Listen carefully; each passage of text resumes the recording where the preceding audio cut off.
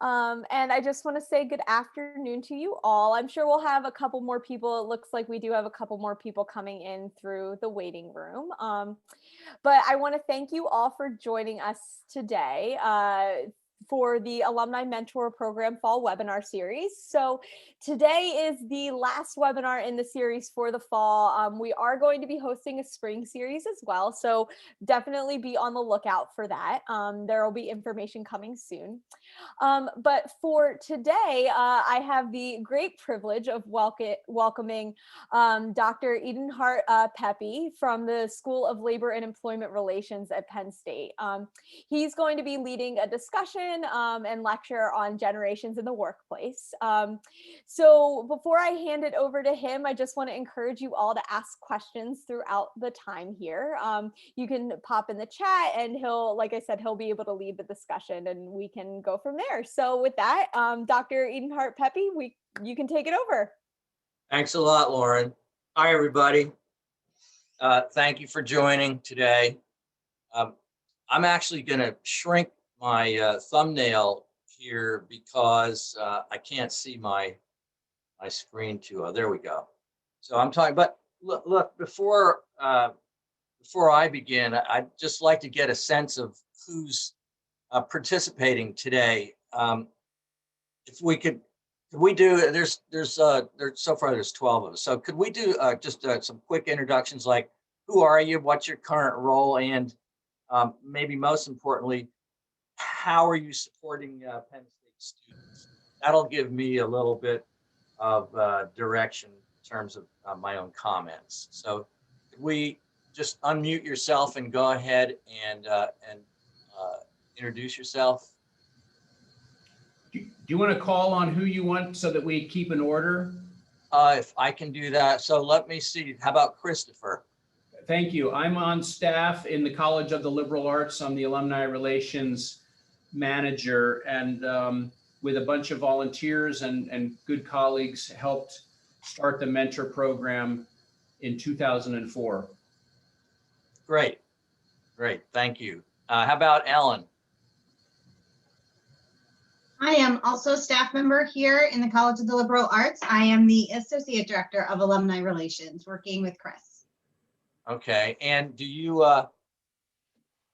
when you say, and forgive me for not knowing this, but when you're talking about alumni relations, are you providing counseling or coaching or career advice to current students and or alumni? Not directly, no. Okay, all right, good, thank you. How about Michael Rosenblatt? So, all right, can you hear me? Now I can, yes. Oh, okay, fine. Michael Rosenblatt, I'm a 1968 Penn State grad. I'm on the board of directors of the College of Liberal Arts Alumni Society. And well, Chris knows me quite well. I've been a member of the mentoring team. I've been a mentor of undergrads for about 10 years now, and it's been a wonderful experience. Great. And looking forward to this morning's discussion. Good, thank you. Let's see. Let me just see if I can scroll down here. So then, how about Paul? Hi, I'm Paul Curvan, class of 1971, liberal arts, and I'm also a mentor. I've mentored a couple of students over the last about 3 or 4 years.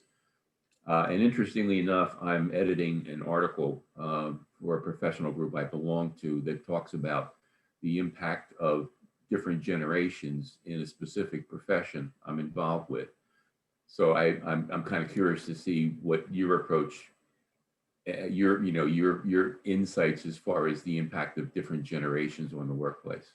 Sure, great. And what profession are you working with? Well, the overarching term is resilience, but it covers things like business continuity, technology, disaster recovery, emergency management, incident management, things along those lines, things that have to do with an out of normal situation where business right. and people can be affected.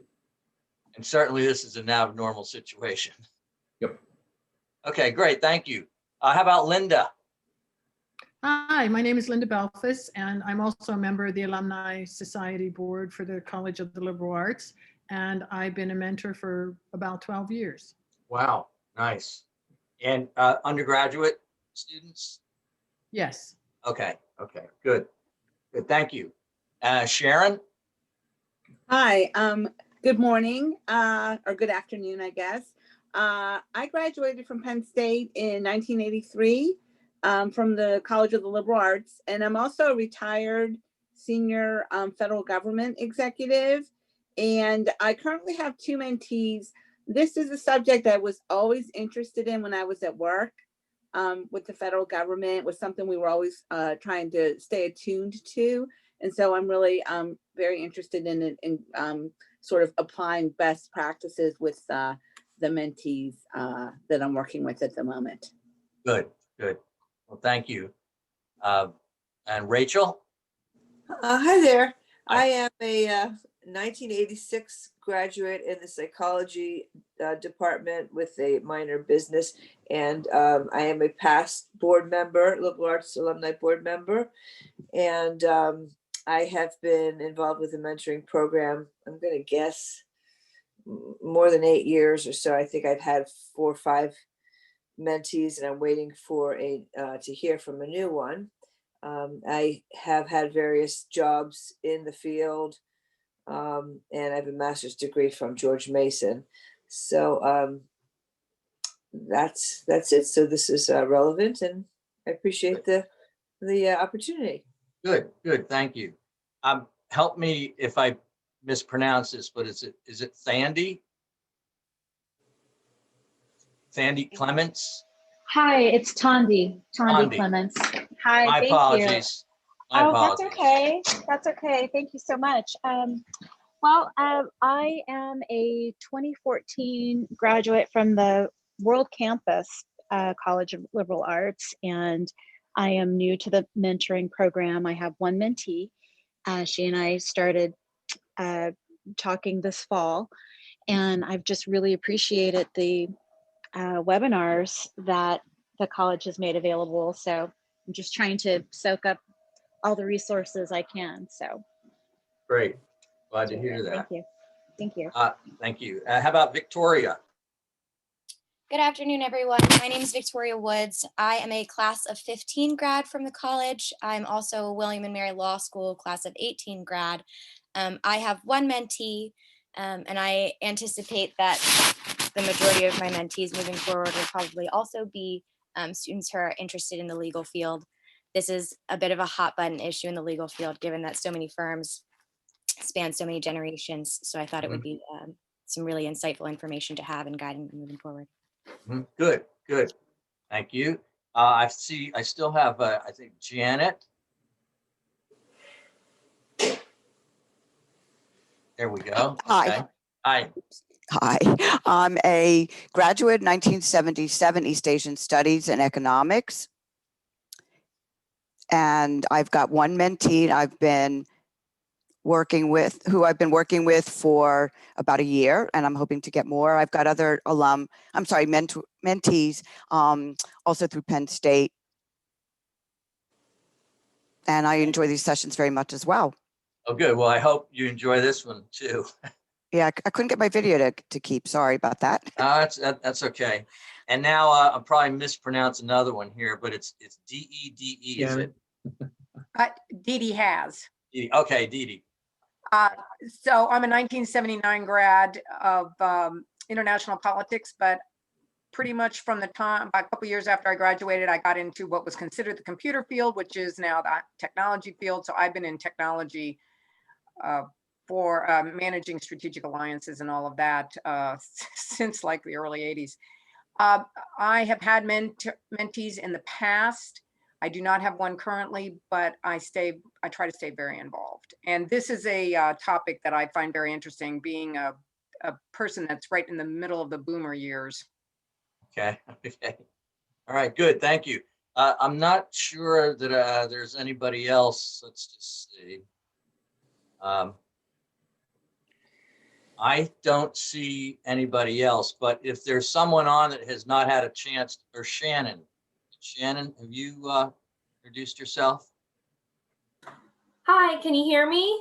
Yes. Hi, I'm Shannon. I'm with the Department of Political Science, and I've had a mentee in the program for about 2 years now. I'm not really sure what other information you're looking for, but I'm just excited to join today and get some perspective on all the generations and everything. Good, good. Thank you. Well, I think that's everybody right now. I'm going to just reduce my, so I can see my stuff. Now, thank you for, first of all, participating, but also thank you to all of you who have contributed your time and your expertise after leaving the university. I think it's a wonderful thing. And I appreciate the fact that today we've got quite a range of experience in here, and that is a good thing. My perspective, just a little bit about myself. Prior to getting involved with Penn State, which is about 5 years ago, and I've been full time at the school for 3 years. I spent in the neighborhood of about 30 years in industry. Most of it was healthcare related, like healthcare delivery systems like the Yale Health System up in New Haven, Connecticut, Virtua in New Jersey, and Jefferson in Philadelphia. And then I was with some pharmaceuticals and kind of medical devices. I had a senior level role with GE Healthcare. So I've had I've been fortunate to have these C-suite roles with some big operations who paid a lot of attention to people. And through my career, I've had great opportunities and great challenges to do a lot of coaching. And I've coached at all levels. And early in my career as a young man, I was challenged to coach up and support more senior colleagues. And during that period, the words "my experience" or "in my experience" was not really much of a compelling lever for people who had twice the amount of experience that I had. And during that period, I really needed to focus on assessment tools and other objective and third-party data to help me influence people. In the middle of my career, I coached my peer group, and during that period, I could relate. I spoke the same language. We'd followed similar paths, and that was a different experience than earlier in my career. And then as I began to sunset my career, later in my career, I began coaching incoming generations.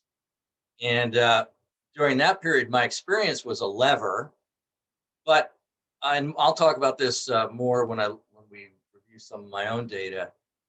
But the coaching of the incoming generations in the workplace and now in the school had to be couched and framed very differently because of the changes in the power dynamic in the workforce, in society in general. And as I said, I'll talk a bit more about that. I do teach what I teach most often for the School of Labor, Employment, and Work Relations is it's called the capstone class, and it's the final action research project that people have to successfully complete to graduate. I teach some other classes around talent development and leadership in organizations. But one of the other things I do, and this continues to grow, this activity continues to grow, is I do a lot of career coaching of our graduate students who are either right on the cusp of matriculating or leaving and looking at either entering the workforce or entering the workforce with a new set of credentials. And in some cases, over the last actually 2 years, I've worked with a number of alumni, some of whom have been out of school for a number of years. But we it's a value-added service that we try to provide to help kind of maintain some continuity with our Penn State community. One other thing before I start the slides, I want to be clear up front that when I speak about generational differences, I'm talking about broad population characteristics. I'm not talking about individuals, and I don't mean to pigeonhole generations, condescend, or critique.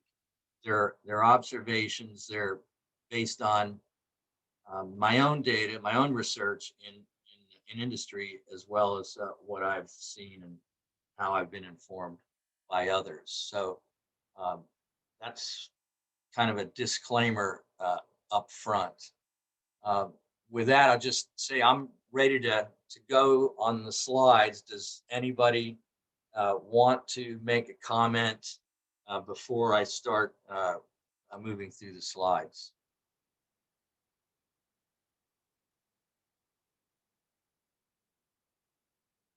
All right, so that silence tells me it's time to go. I'm going to start off just with a little story, very little, very short, which I'm just excerpting from an article I published in HR Magazine a few years ago. And it was about how to bridge the generation gaps. And this is all from the perspective of a person in the workplace dealing with the new diversity in the workplace called the multi-generational workforce. And it goes like this. It's basically Allison. She's a 20-year-old analyst. She stands up abruptly and stomps down the hall to her office. She had just received her annual performance review, and her boss, who happened to be a VP, one of my VPs, this was when I was the chief HR officer at Virtua. Her boss she was a 16-year veteran, and she had given Allison, this young woman, our highest performance rating. And she had said to Allison, "You are top talent." So what was the problem in this situation? Allison had stated during her review that she knew the systems better than anybody else. She always delivered ahead of schedule, and her boss agreed. And Allison, of course, not her real name, but she said, "I've been doing these analytics for 18 months, okay? I deserve to be promoted to a manager." Okay. Her boss responds basically, "There's more to managing people than your technical prowess, one. And secondly, your mood swings are unpredictable, which has an implication, and it causes your teammates to be wary and cautious about collaborating with you." So there's a scene of a situation where Allison's anger, right, really was a result of some misaligned career expectations and her lack of understanding of the human element in managing. Now, unfortunately, we lost this very talented individual just a couple months after her review. But the couple of points I wanted to underscore with that brief excerpt is that the importance of expectation setting, clarifying expectations, the importance of understanding or teaching or informing people about the multiple dimensions of operating, of leading, of being a team member in a work environment. And I'll tell you, a lot of the career coaching that I do with folks is less about their technical knowledge, prowess, or skills, and more about just kind of navigating the political landscape in an organization, or thinking through the what mentoring actually is, and knowing that it's a great deal more than putting up a fancy LinkedIn page. We'll talk more about those specifics, but I wanted to at least begin by setting the context with a story, which I hope you could visualize. I'm going to boldly put a stake in the ground right up front, and I'm not saying anything new to many of you. Times are different. Traditional approaches to organizational leadership and navigation in organizations are, they've got to be re-examined. Basically, traditional approaches to organizational leadership, again, and navigating an organization, are dead on arrival. Okay, it's not a bad thing. It's something we need to pay attention to. And we're going to look at that and look at the implications of the workforce, the changes in our environment. Of course, COVID and the pandemic are just about part of every conversation, and we will look at those as well. I want to just talk about some indisputable and relentless demographic and global changes. And again, this is data that you're familiar with, but 10,000 people a day are still signing up for Medicare. That's been happening since 2015 and expected to continue to up until 2030. This was a watershed moment, staying with the water metaphor, to see change in the workforce composition. And what happened in 2016, millennials became the largest generation in the workforce. You can see the baby boomers decline. You can see that. By the way, can just somebody tell me, can you see my cursor? I cannot see your cursor, Michael. Okay, well then I'll just have to describe it. You can see the green arrow on top of the boomers. Here are 5 generations and some trends over the last 15 years. But as of 2016, the baby boomers were no longer the biggest cohort in the workforce, and that has all kinds of implications.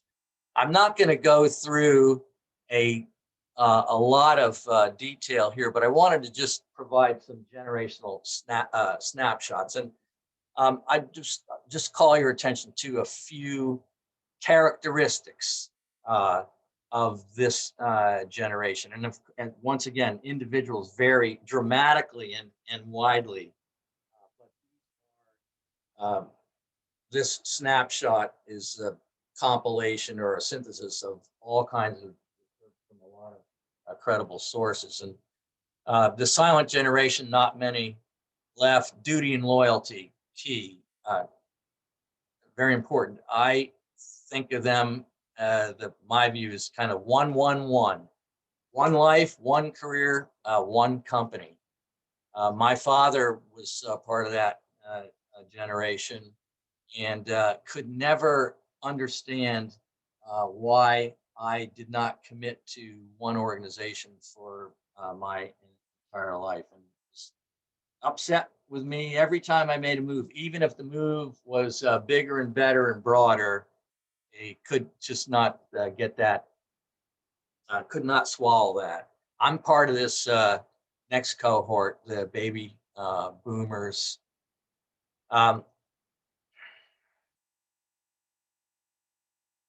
I've had a pretty optimistic outlook and a youthful orientation, and it's helped me and many others like me keep going. And I'm not saying I embrace the latest technology, but I do my best. I do a pretty good job with Zoom. Zoom may not be the latest, but certainly, as I wish I had purchased stock in Zoom before the pandemic hit. The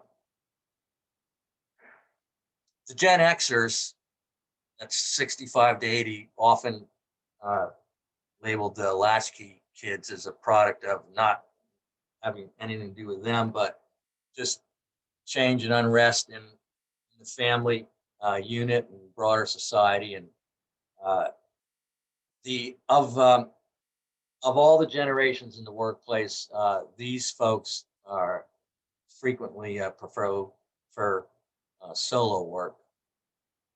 Millennials born into the internet. Uh, I have 3 millennial children in the workplace. I've got an environmental scientist. I got a high level administrator at Wake Forest University Law School, and I've got our baby, our son designs drones for a big engineering firm. Now we were some of those affirming parents. So our kids are always looking for feedback. They're pretty idealistic. They multitask, which sometimes when you're traveling with them or having dinner with them, irritating. They don't live to work though. They work to live. Okay. They've got active, as I said, lots of interests in and outside of work. For them and for many folks of that generation, sustainability is a priority. Interestingly, for those of you who are parents, you may have had this experience, but our roles change as we age and as our children age. And as I've now got these 3 adult children, I'm less of a parent and more, in my case, I'm much more of a career coach. I've coached all 3 of my kids through transitions. I've underscored the importance of grit for them, grit in the workplace, putting up with what you have to put up with to succeed in an organization, in a work environment. We're going to talk more about networking as we go through this, but their concept of networking and the reality of networking were very far apart. And I find that, as I've already said, with many of the students, the grad students, and the alumni that I work with. That networking, I think networking should be a class, a course, a series of courses embedded in high school and undergraduate work, because so many folks, particularly in the younger generations, enter the workforce or try to enter the workforce without much experience or confidence or tools for moving around or building their networks. Just one other thing about my kids, and Generation Z, or the Nexters, who are the newest folks in the workforce. My daughter is trying to hire right now. My oldest daughter, the environmental person, and what she's finding as she debriefs some of her interviews with me is that the Gen Zs, that these folks are digital natives for sure, fantastic computational and technological power, but the interpersonal skills become really problematic and are easy for her to see as she conducts her interviews virtually via Zoom. So that was just a quick snapshot on the generations. So we're looking at a generational sea change plus exponential technology advances plus other incendiary factors. And what are some of those incendiary factors? Well, there are labor shortages at all levels. There's obviously the new cultural diversity. There's pervasive advances and actually overwhelming options for technology. Just think about today or a meeting you're going to have with a colleague. You can choose Google, you can choose Google Hangout, GoToMeeting, WhatsApp, and on and on and on. The some of the other incendiary factors or things that we're dealing with in the workplace have to do with just fundamentally the poor educational performance of U.S. students, growing demand for work-life balance, the inflated costs of healthcare, the eroding access of healthcare, the COVID-19 pandemic, the faltering economy, the continued pressure, and it's going to, I think, accelerate for greater productivity. All that results in these explosions in how we live, work, and learn. So all this is as a context. I want to make the point that we've got to attend to people in the workplace. We've got to attend to people in the academic environments, and when we're coaching and when we're as a mentor, in my view, part of what you are helping your mentees, whether they are in supervisory or managerial roles, or they are trying to ascend, or they aspire to those kind of roles. We've got to attend to them in terms of their needs, and they're very different and they change. In terms of their alignment with the needs of an organization. Many of the folks that I coach who are employed are seeking coaching support because they're unhappy, they're dissatisfied, they feel as though they're in a rut in their current job and in their organization, and frequently what they discover through our coaching sessions is that there's a misalignment between what the organization needs and their passions and skill sets and sweet spots. And that comes down to understanding and connection at an individual level. And so the generational research and characterizing the generations is great, but ultimately understanding that person, regardless of cohort group, understanding that person is what's critical.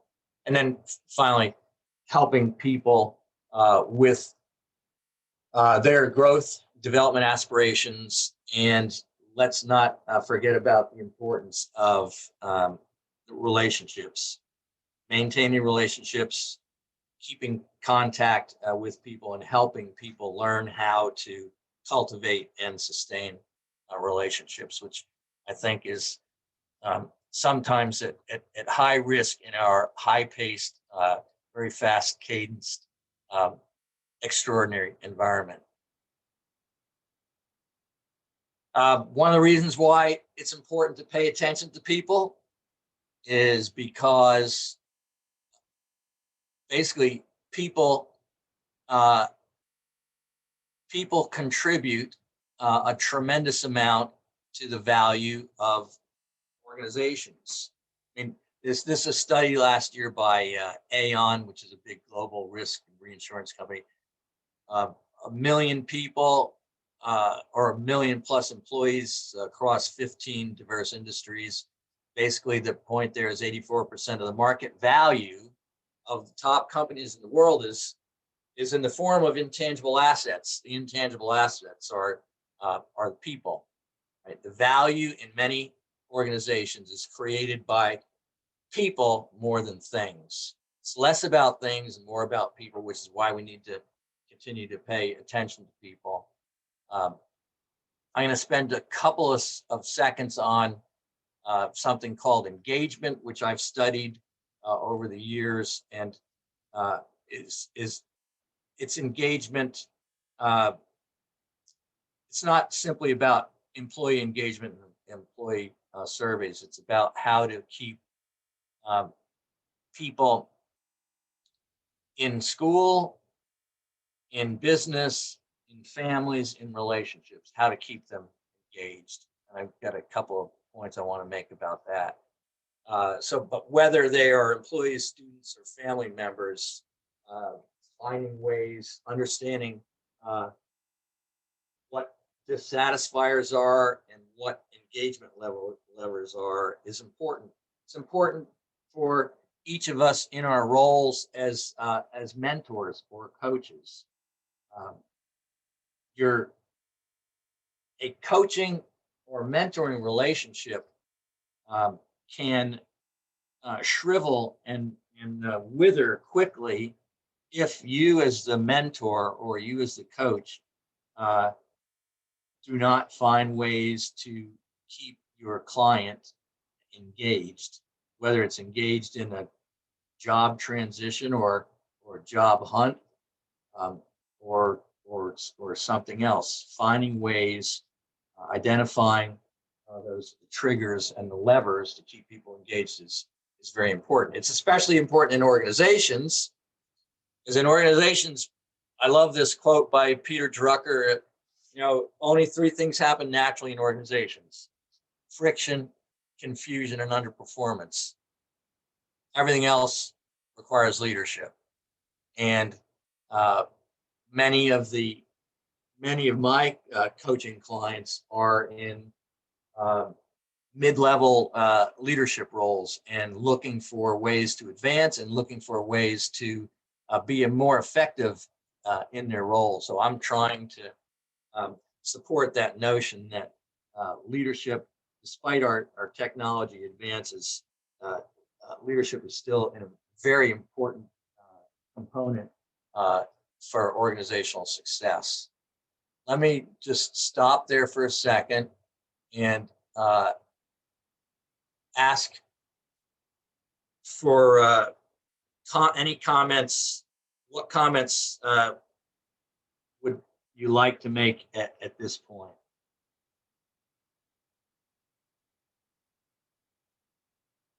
Is any of the data or any of my or are any of my comments consistent with your own experience, or have you seen things differently from my perspective? This is Paul Kervan. I would say Mr. Drucker ought to add politics to his things that naturally occur in an organization. I think you're absolutely right, and especially relevant now. What about your experience as a mentor? Have you run across any of the situations that I've described, and do you have a similar or a different perspective? Most of the well, let's see. I've had two mentees during my time working with the college, and both well, one of them was kind of like in and out. I really didn't spend much time with him. The young lady I mentored for a bit was, I mean, hardly even needed any mentoring. She was, she really kind of had her act together and was quite focused on the direction she wanted to go in. And I was just really more just cheering her on. So it was it was a very enjoyable experience, and I do keep in touch with her occasionally. That's good to hear. And I find it interesting that often I'm going to say a handful of the people of my coaching clients have it together as well, and really are seeking a mirror or just a touch point. But I've also seen through my career some of the most successful. I'll just reference some of the most successful CEOs that I've worked with. Always or frequently solicited feedback, confirmation or affirmation that what they were doing was right. So, and I often comment to my coaching clients that asking for help can be a good thing. It does not show, it's not a sign of weakness.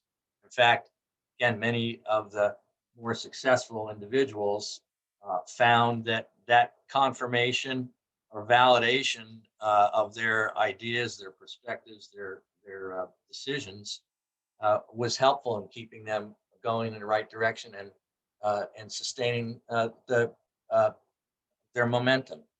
So thank you for that. Who else has wants to make a comment? Michael, you're on mute, Michael.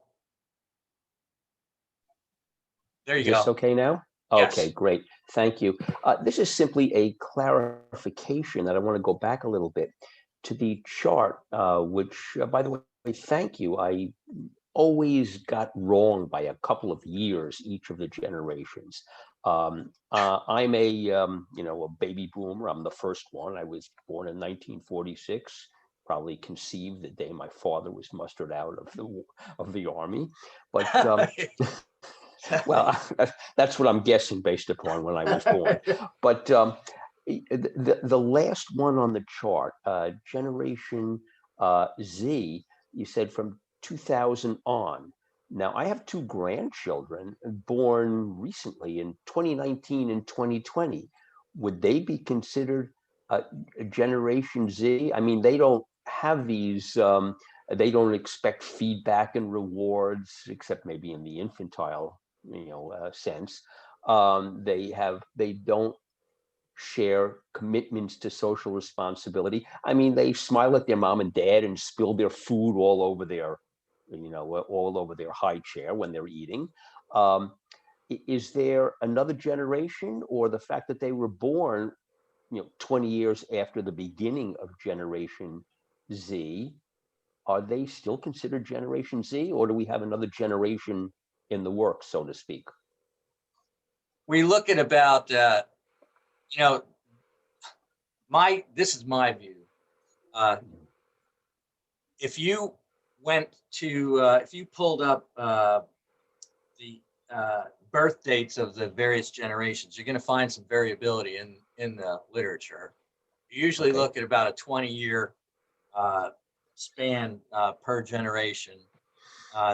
So I think we researchers and practitioners like myself use these dates as guidelines. Some people are just on the cusp. Some people are approaching the cusp. Some people are beyond it. Is there a new generation about to burst onto the scene? I don't know that they're about to burst onto the scene, but yeah, I think that the Gen Z will sometime 21 and the next few years we'll begin to see another generation emerge in the workplace. So I'm not sure. I guess the short answer to your question is I'm not surprised that they don't exhibit all of the characteristics described there of the cohort from that period. They may, as they age, they may, as they find themselves in the workforce. But I think that you gotta look at the dates, the increments with some flexibility. And I use those dates just as a way to create some general guidelines for how people are different in the workplace. Yes. Yeah, and I would point out that both of my kids, my son who has a daughter, my daughter who has a son, they're very involved millennials, exhibiting the traits that you narrated for what millennials generally think and how they act, and perhaps by passing along this set of values to their children, my grandchildren, they will eventually exhibit. I mean, they have no sense of social responsibility right now. They're infants. Right. But I'm guessing that they probably will, based upon the qualities of their parents, my children. So yeah, no, I can understand that. I just was wondering whether or not there was another generation characteristics, so to speak, in the works. But thanks, Michael. You answered my question. I appreciate it. Thank you. Appreciate that.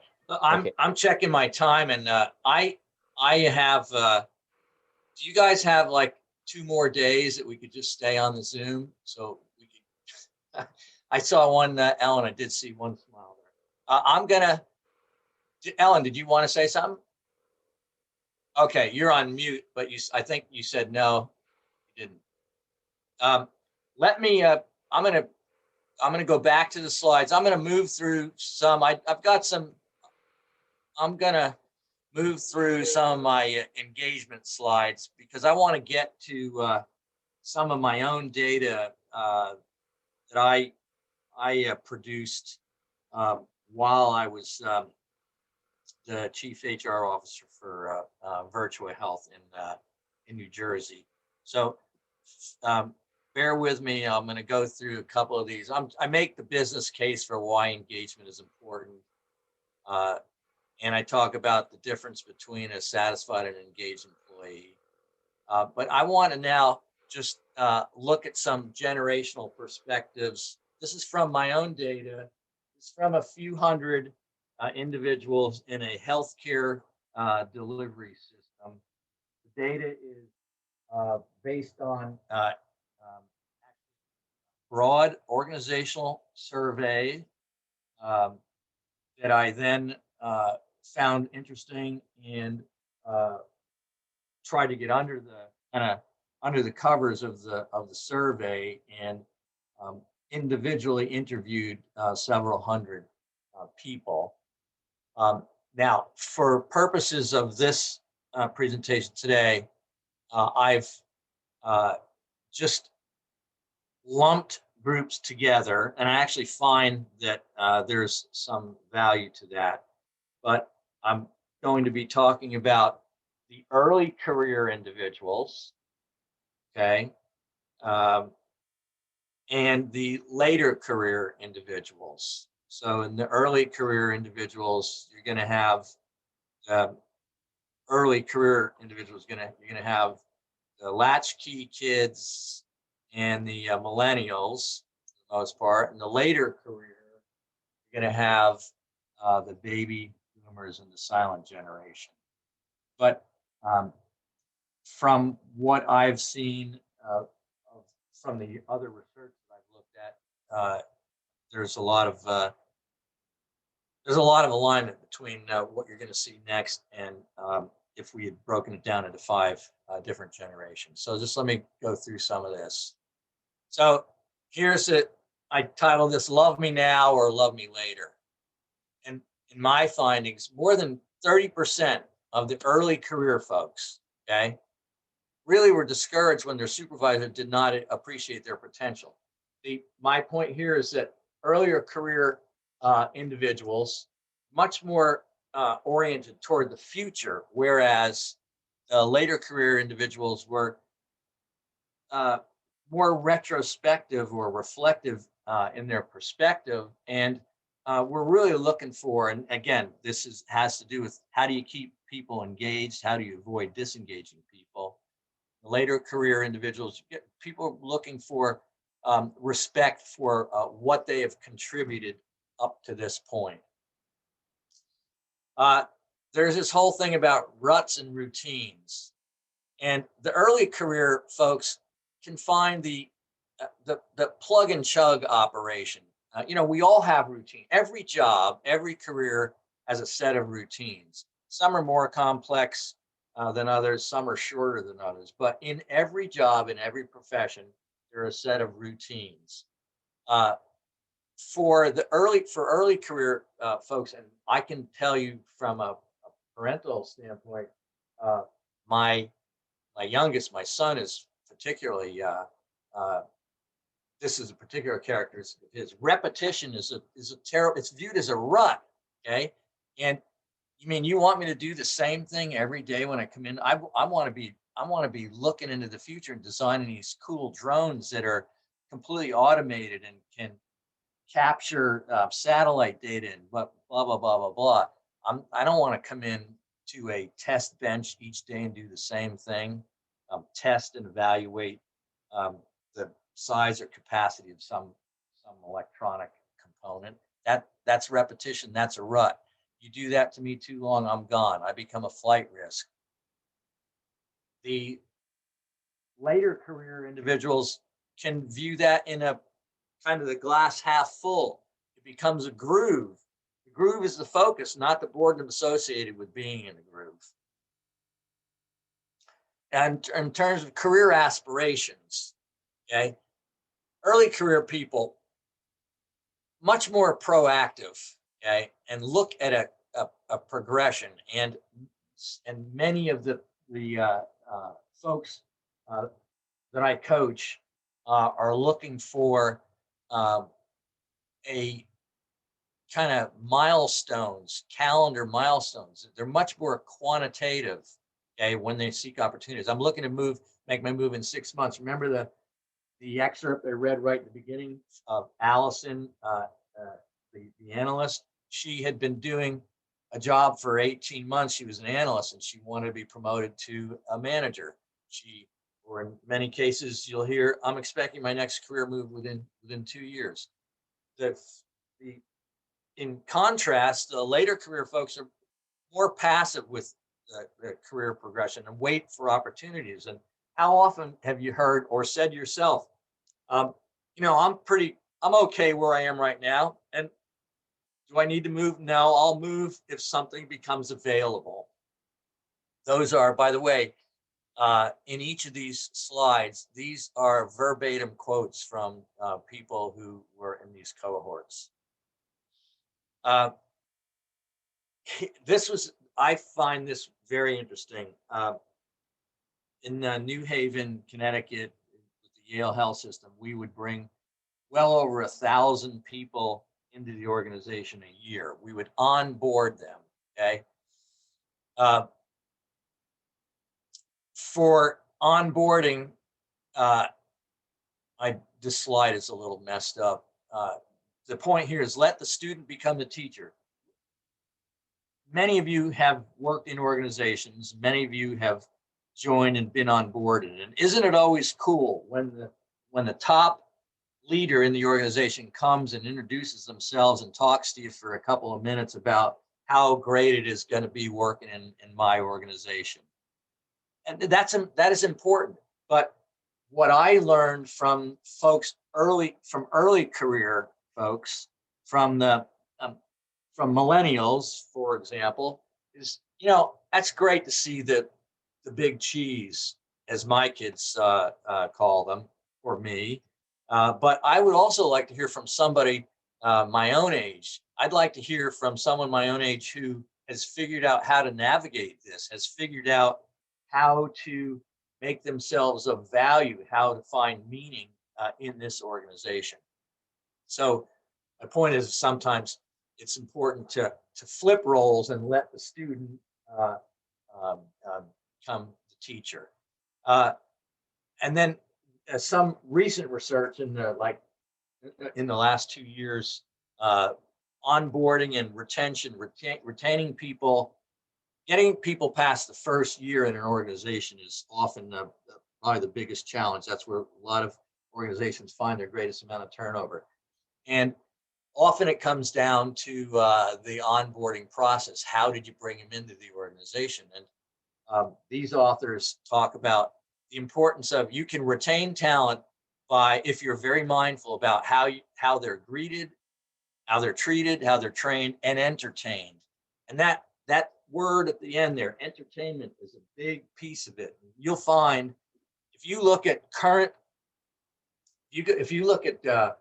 commercially available training programs, and if you look at how instructional designers are trying to put together training and development programs for people in the workforce now, there's an element of entertainment in it. There's the whole concept of gamification in training materials is all about entertainment. So a couple of important considerations when looking at bringing people into an organization and holding on to them for a period of time.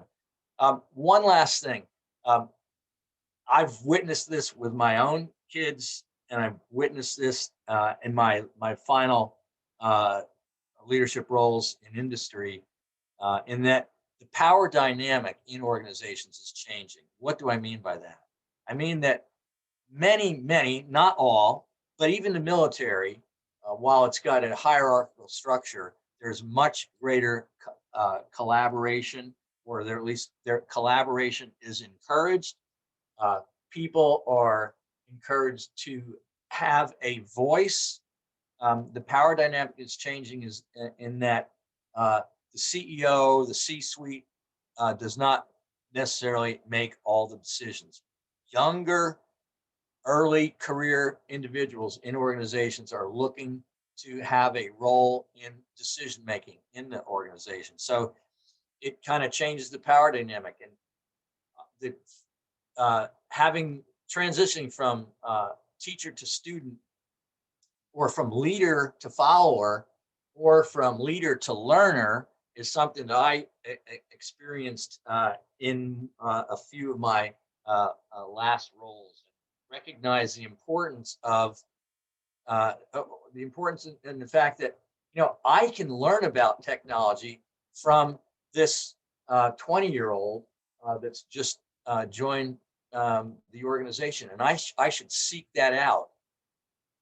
That is a way to, that's a hook. That is a component of the psychological contract that an organization and a leader can establish with an employee, or a mentor with a mentee, or a coach with a client. I want to go through a couple other things about support preferences. In the early career folks is I can learn on my own, okay? But I'm okay with that. I mean, the access to access and convenience of material and sources has contributed to a greater autonomy on the part of many folks who are earlier career. From a later career person, you know, looking for support from a supervisor, having a supervisor or a leader coach me was a more traditional approach for the later career individuals. I got a couple more of these I want to hit. Communicating, you know, everybody wants face to face, right? For the earlier, this surprised me in my roles in industry.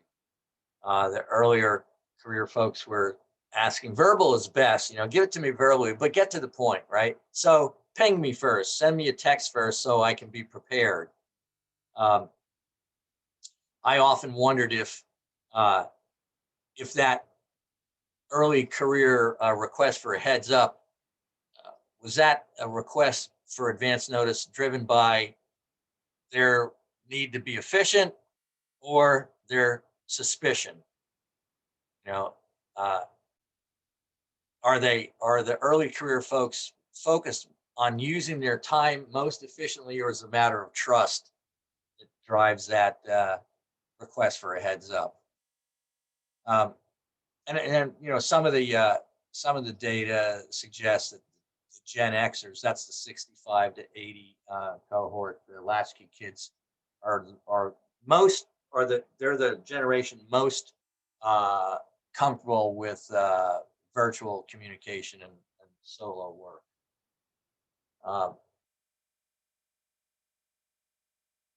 I wanted to get this too.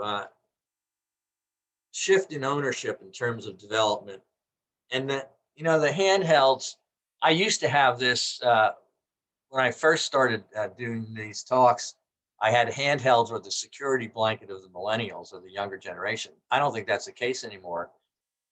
Mobile devices are attached to most of us all the time.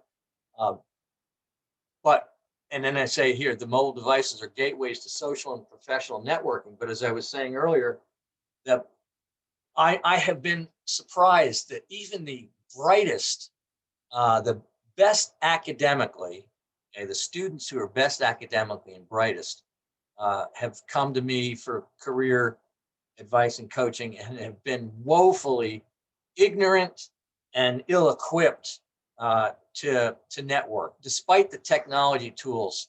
The reluctance to reach out, the lack of confidence to reach out have, as I said, been surprising. And some of my biggest successes with career coaching have been, it's not been about fixing the resume or the cover letter. It's been about understanding how to network, understanding how to present yourself, how to present your personal brand with confidence, and how to build on that.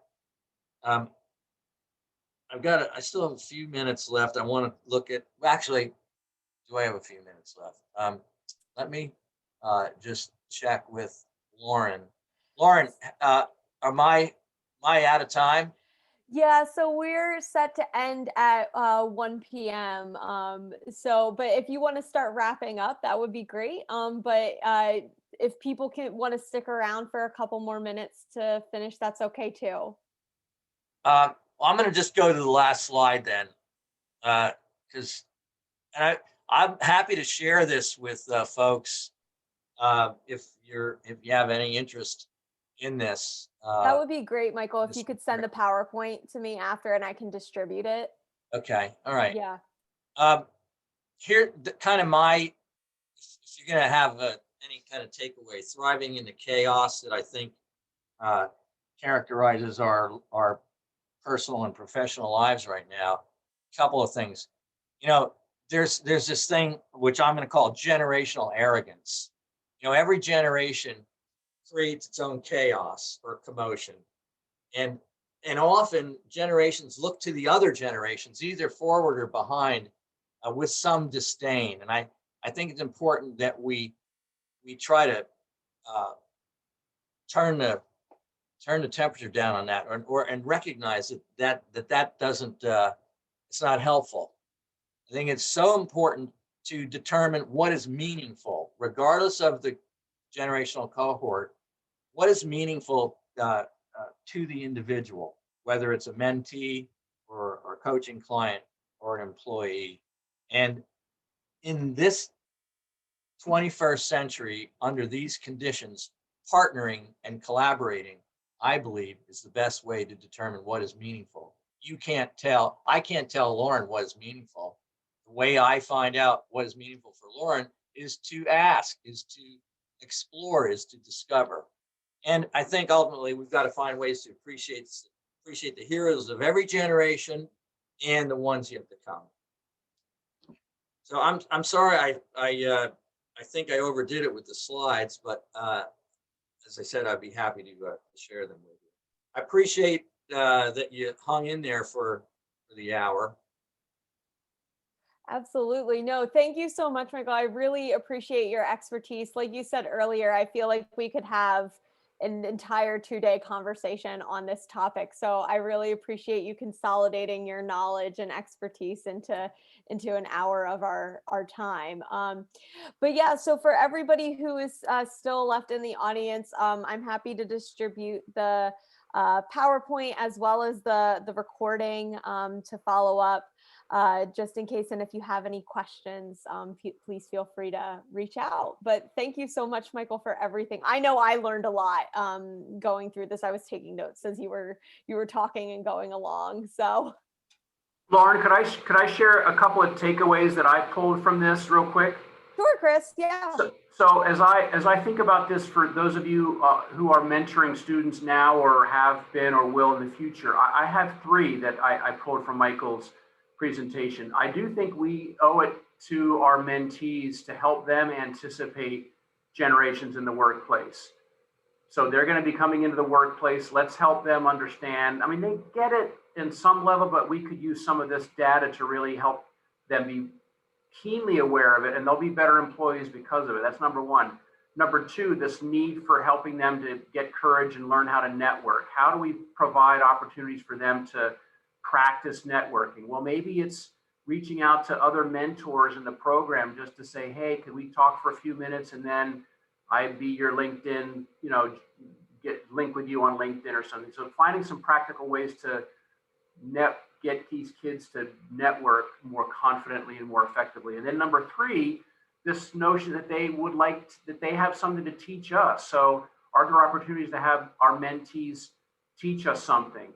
Maybe it's about technology. Maybe it's about pop culture. Maybe it's about a new cocktail that they learned at a drinking party at Penn State. I don't know, but let's let them teach us something, because they do have things to teach us. That's all. Thank you. Thank you. That was beautifully said. Yeah, thank you so much, Chris. I think that was a really great summary, and how we can apply all of this knowledge that Michael gave us throughout the presentation moving forward. I'm sure there are others. Yeah. But otherwise, Michael, I don't know if you have any last thoughts or anything you want to conclude with. Just thank you for your time. I appreciate the audience and the opportunity to talk about this very important topic. Yeah, thank you again so much. So again, for everybody, this will be available. I'll distribute it after we are done here, and have a good rest of your day. And if you celebrate Thanksgiving next week, have a wonderful Thanksgiving. Thank you. Bye. Nice to see everyone. Thank you, Bye, Michael. all. Thank you, Lauren and Chris. Thank you. Bye-bye.